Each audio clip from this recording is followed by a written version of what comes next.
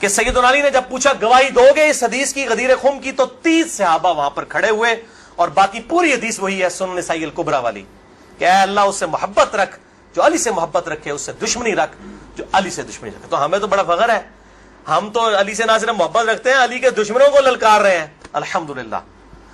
تو اللہ تعالیٰ اسی عمل کے سبب، اس عمل کا وسیلہ اللہ کے حضور پیش کرتے ہیں کہ اللہ تعالیٰ ہمیں محبوب رکھے، آمین۔ بھائی یہ غدیر خم پہ آپ صلی اللہ علیہ وسلم نے خطبہ کیوں دیا؟ اس کی میں نے حکمت کئی لیکچرز میں بیان کی، یہاں پہ بھی بیان کر دوں۔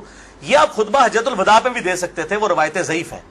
غدیر خم اس موقع پر پہنچ کر سب لوگ عرب کے جا چکے تھے سوائے اہل شام کے اور اہل مدینہ کے، اور اہل شام صفین میں سیدنا علی کے خلاف کھڑے ہوئے، اور اہل مدینہ میں جو کچھ لوگ تھے انہوں نے اہل مدینہ کے ساتھ زیادتی کی، کچھ ان کے ساتھ زیادتیاں ہوئی۔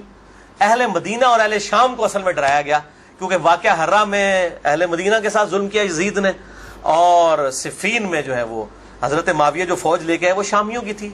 اس لیے نبی صلی اللہ علیہ وسلم نے حضرت علی کے بارے میں یہ کرٹیکل حدیث وہاں پر بیان کی تاکہ شامیوں کو اور اہل مدینہ کو ڈر سنا دیا جائے۔ یہ اس کی ٹیکنیکل ریزن تھی، یہ کوئی خلافت والا معاملہ نہیں تھا۔ وہ تو بخاری اور مسلم کی متفق علیہ حدیث ہے، صحیح بخاری میں 4460 نمبر حدیث ہے۔ سیدنا طلحہ نے جب پوچھا عبداللہ ابن ابی اوفا سے کہ بتائیے کیا نبی صلی اللہ علیہ وسلم نے اپنا وصی کسی کو منایا؟ انہوں نے کہا کسی کو نہیں منایا، آپ نے ہمیں قرآن پر چلے رہنے کی وصیت کی تھی۔ یہ جو وصی رسول والا ایشو ہے یہ اجماع صحابہ ہے، میں نے پورا لیکچر ریکارڈ کروا دیا ہے، مسئلہ نمبر 55B، وصی رسول کون ہے اور حدیث قرطاس کا تحقیقی جائزہ۔ وصی رسول نہ سیدنا ابو بکر ہے نہ سیدنا علی ہے، بلکہ قرآن حکیم ہے۔ سیدنا ابو بکر کی جو خلافت اسٹیبلش ہوئی وہ اجماع صحابہ تھا رضی اللہ عنہم اجمعین وعلیہم السلام۔ یہ سارے طریق میں جتنے بیان کر رہا ہوں نا یہ آپ کو مل جائیں گے سلسلہ احادیث صحیحہ میں 1750 نمبر شیخ البانی کے اور 2223 میں۔ سیکنڈ لاسٹ ترک 7واں المستدرک للحاکم میں انٹرنیشنل نمبر کے مطابق 4711 زید ابن ارقم سے۔ یہ بڑے خطرناک الفاظ ہیں۔ زید ابن ارقم، ڈر جاؤ زید ابن ارقم کرو، جڑی روایتیں انہوں نے بیان کی تھی ہمیں۔ زید ابن ارقم کہتے ہیں کہ نبی صلی اللہ علیہ وسلم نے فرمایا تھا غدیر خم پر کہ میں اپنے بعد 2 بھاری چیزیں چھوڑ کر جا رہا ہوں، قرآن اور اہل بیت، یہ قیامت تک اکٹھے رہیں گے یہاں تک کہ حوض کوثر پہ آ کے مجھ سے ملاقات کریں گے، قرآن اور اہل بیت۔ یہ حوض کوثر پہ ملاقات کر کے کیا لینا ہے انہوں نے؟ بخاری اور مسلم کی حدیث ہے انصار تم پر ظلم ہوگا، صبر کرنا یہاں تک کہ حوض کوثر پہ مجھے آ کے ملنا۔ بخاری مسلم میں حدیث ہے انصار کی محبت ایمان کی علامت ہے۔ انصار پہ ہی تو ظلم کیا گیا، واقعہ ہرہ کیوں ہوا تھا؟ قتل حسین کے بعد انصار کی اولاد نے بیعت یزید کی توڑ دی تھی، اسی کی وجہ سے اس کو غصہ آیا، کہا انصار صبر کر رہا یہاں تک کہ مجھے حوض کوثر پہ کیا مٹھائی کھلائی جائے گی؟ نہیں، بخاری اور مسلم کی متفق علیہ حدیث ہے میرے حوض کوثر پہ کچھ لوگ آئیں گے اور میں کہوں گا اصحابی اصحابی، یہ تو میرے صحابہ ہیں۔ ایک روایت میں اسیحابی اسیحابی، تو میرے ساتھی ہیں، میرے صحابی ہیں۔ یہ کیا کرتے ہیں جس طریق میں آتا ہے نا امتی امتی، وہ نکال کے تو بریلوی دیوبندیوں کے اوپر لگانا شروع کر دیتے ہیں۔ اور صحابی صحابی لکھے نا مکتبۃ شاملہ میں، بخاری مسلم میں کھل جائیں گے۔ تو آپ صلی اللہ علیہ وسلم فرماتے ہیں کہ میں جب ان کو حوض کوثر سے پلانے لگوں گا میرے ان کے درمیان ایک دیوار کھڑی کر دی جائے گی اور مجھے کہا جائے گا اللہ کے نبی آپ کو نہیں پتا آپ کی وفات کے بعد یہ لوگ دین سے الٹے قدم پھر گئے تھے، انہوں نے دین میں بدعتیں جاری کر فرماتے ہیں میں کہوں گا سحقن سحقن لمن غیر بعدی سحقن سحقن لمن بدل بعدی، ان پر پھٹکار ہو جنہوں نے میری وفات کے بعد میرا دین بدل دیا، جنہوں نے میری وفات کے بعد میرے دین میں تغیر کر دیا۔ اب یہ ایک اور پنڈورا باکس ہے، اس کو بھی میں یہاں پر کلوز کرتا ہوں۔ جسے شوق ہو میری زندگی کا اہم ترین لیکچر مسئلہ نمبر 96 عظمت صحابہ رد المنافقین اور سنی شیعہ کے اختلاف کا تحقیقی جائزہ اہل سنت پاک.com پر جو ہے وہ دیکھ لیں۔ ہر ایک چیز میں سے ایک جن برآمد ہوتا ہے۔ 8واں طریق اس سے ریلیٹڈ ہے، غدیر خم کا تو نہیں لیکن ریلیٹڈ ہے، اس لیے میں نے اس کو بیان کرنا ضروری سمجھا۔ المستدرک للحاکم میں انٹرنیشنل نمبر کے مطابق 4628۔ اس جتنی میں حدیثیں بیان کر رہا ہوں شیخ البانی، شیخ زبیر لزئی، امام ذہبی، امام حاکم رحمہم اللہ اجمعین تمام نے ان کی تصحیح کی ہوئی ہے۔ میں کو کار بیک نہیں، عالم ضعیف حدیثیں بیان کر رہا نا جو قواعد اللہ سناولی کرتا ہے، تو بھائی جی 10 گھنٹے نہ مکن حدیثاں، میں صرف صحیح حدیثیں بیان کر رہا ہوں جن کے اوپر اتفاق ہے سب کا۔ یہ حدیث بھی بڑی اہم حدیث ہے۔ ابو ذر غفاری کا غلام تھا ایک ابو ثابت، وہ کہتے ہیں میں جنگ جمل کے بعد حضرت ام سلمہ ہماری جو ماں ہے جو آخر میں فوت ہوئی واقعہ کربلا کے بعد بھی، ام سلمہ ام المؤمنین رضی اللہ تعالی عنہا و علیہ السلام، کہتے ہیں میں ان کو ملنے گیا، اماں نے پوچھا، اماں ام سلمہ ہوتے اگر میں لیکچر دیا نا بنو امیہ کے خلاف جتنی حدیثیں ہیں نا، جتنی حدیثیں ممبروں پہ لعنت کرنے والے کے خلاف، سیدنا علی کو گالیاں دینے والوں کے پر عتاب، سب کی سب ام سلمہ سے ہیں۔ ام سلمہ پہ اگر ایک میں پورا لیکچر دے سکتا ہوں کہ انہوں نے جو بنو امیہ کے خلاف حدیثیں روایت کی ہیں، ام سلمہ نے، نبی صلی اللہ علیہ وسلم کی بیوی، یہ کوئی بریلوی دیوبندی اہل حدیث شیعہ نہیں تھی بھائی، نبی صلی اللہ علیہ وسلم کی بیوی تھی۔ یہاں پر بھی ام سلمہ کو وہ تابعی کہتا ہے میں تو جمل سے آیا ہوں، تو انہوں نے پوچھا کہ بتائیے جنگ جمل میں کیا حال ہوا؟ ان کا اماں میں جنگ جمل میں جو ہے وہ سیدنا علی کا ساتھی تھا۔ اچھا، کہتے ہیں لیکن صبح کے وقت جب میں نے اپنے مخالف لشکر میں سیدہ عائشہ کو دیکھا تو میرا دل ڈولنے لگ پڑا کہ یہ ٹھیک ہے یا وہ، حالانکہ وہ تو کتنی حدیثیں ہیں کہ میری ایک بیوی پہ خوف کے کتے بھونکیں گے، حدیث خوف پہ پورا باب شیخ البانی نے باندھ دیا، میں نے 72 حدیثوں میں نقل کیا، سیدہ عائشہ پہ کتے بھونکے، اس کے بعد پوری زندگی روتی تھی، وہ تو ابن زبیر ان کو آگے لے گئے، اس کے بعد سیدنا علی نے ان کو معاف بھی کیا، اور ایک الگ سے ایک ٹاپک ہے، مسئلہ 101 میرا دیکھ لیں۔ بہرحال سیدہ عائشہ رضی اللہ تعالیٰ عنہ کو دیکھا دل ڈگمگا گیا، کہتے ہیں پھر میں نے جب ظہر کی نماز پڑھی تو اللہ نے میرے دل کو مضبوط کر دیا کہ نہیں علی حق پر ہے، تو ہم نے جنگ کی، اور ظاہر ہے وہ تو کلین سویپ ہوا، سیدنا علی جنگ جیت گئے۔ تو ام سلمہ نے پتہ کیا کہا؟ انہوں نے یہ نہیں کہا کہ یہ مشاجرات صحابہ مجھ سے کیوں ڈسکس کر رہے ہو، دو ہی ٹھیک نے، انہوں نے کہا ابو ثابت تو نے بڑا ہی اچھا کام کیا، میں حضور کی بیوی ہوں، میں نے خود نبی صلی اللہ علیہ وسلم سے یہ بات سنی تھی کہ قرآن اور علی یہ قیامت تک ساتھ رہیں گے یہاں تک کہ یہ مجھے حوض کوثر پہ آ کر ملے۔ اس سے مراد ہی کہ حضرت علی زندہ رہیں گے، مراد یہ ہے کہ علی کا جو سٹانس ہے اور قرآن یہ ساتھ ہیں، دونوں علی اور قرآن ساتھ رہیں گے یہاں تک کہ حوض کوثر پہ آ کے مجھے ملے۔ اوتھے نازمیاں دی لگے گی پھینٹی، حوض کوثر تے تم ملن گے تو پھر یہی کچھ ہوئے گا نا، سحقن سحقن لمن غیر بعدی، وہاں پہ یہ ہوگا۔ اچھا، تو یہ الحمدللہ سارے طریق مکمل ہوئے۔ آخر میں 3 حدیثیں بیان کر کے اس کو کنکلوڈ کرتا ہوں۔ المستدرک الحاکم میں صحیح سند کے ساتھ 4717 نمبر حدیث ہے، ایک طریق شیخ البانی شیخ زبیر لیزئی دونوں نے صحیح کہا، امام حاکم امام ذابی نے موافقت کی کہ آپ صلی اللہ علیہ وسلم نے فرمایا اللہ کی قسم ہم اہل بیت کے ساتھ جو بغض رکھے گا اللہ تعالیٰ اسے ضرور دوزخ میں داخل کرے گا۔ کہتے ہیں یزید کا معاملہ اللہ پہ چھوڑیں، امام ذہبی نے لکھا ہے کہ سب سے بڑا ناسبی یزید تھا، اللہ پہ چھوڑیں، بغض نہیں تھا، جو ممبروں پر لعنت کرواتے تھے بغض نہیں تھا، یہ پتہ نہیں کیڑی ایکویشن ہے، تو جھوٹا دفاع کرتے ہیں بنو امیہ کا۔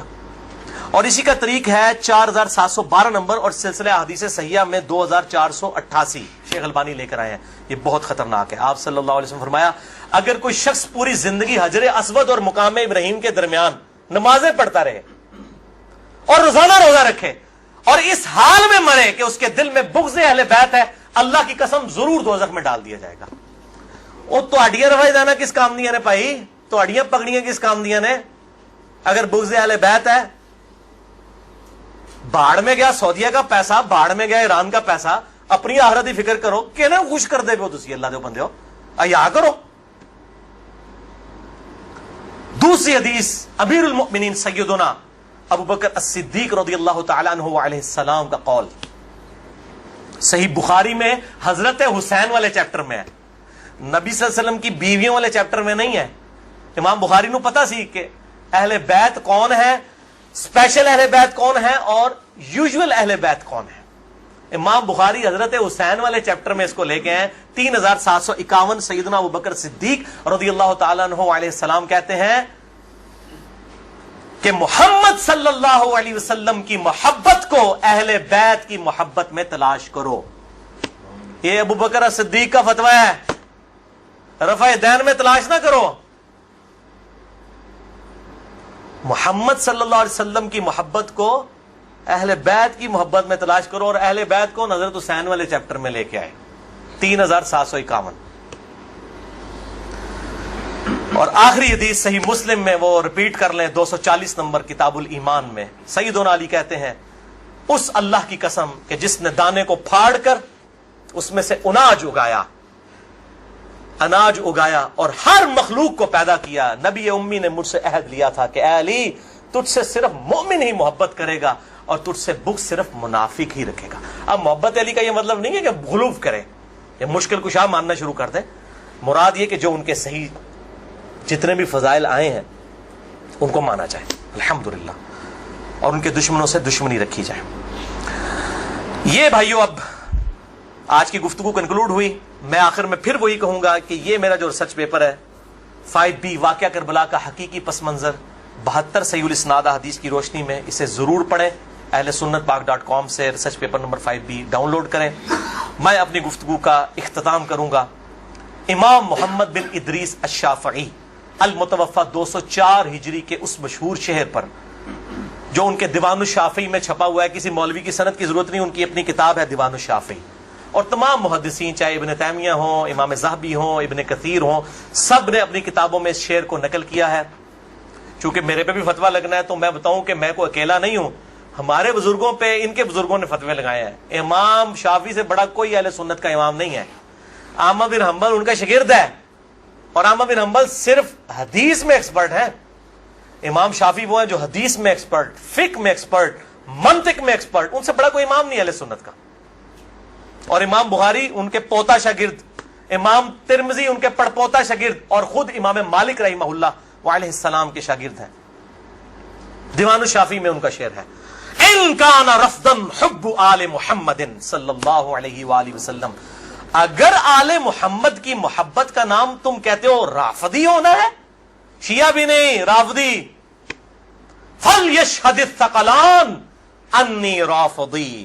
تو جنوں انس گواہ ہو جاؤ، اے بریلویو دیوبندیو اہل حدیث شیعہ سب کے سب، چاہے جنوں میں ہو چاہے انسانوں میں ہو، من الجنت والناس، وہ والا بھی من الجنت والناس، گواہ ہو جاؤ.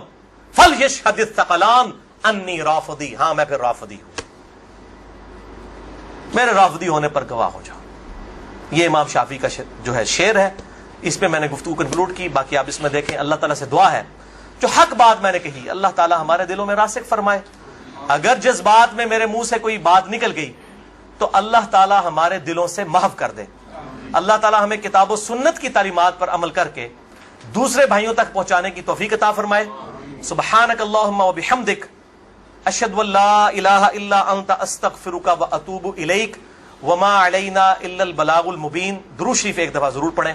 اللہم صلی علی محمد وعلی آل محمد کما صلیت علی ابراہیم وعلی آل ابراہیم انک حمید مجید. اللہم بارک علی محمد وعلی آل محمد کما بارکت علی ابراہیم وعلی آل ابراہیم فی العالمین انک حمید مجید.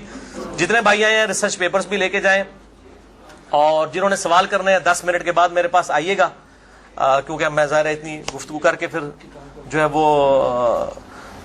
وہ تھک جاتا ہوں. جزاک اللہ خیرہ، جزاکم اللہ خیرہ، وما علینا الا البلاغ المبین. ٹھیک ہے، اسے بند کر دیجیے.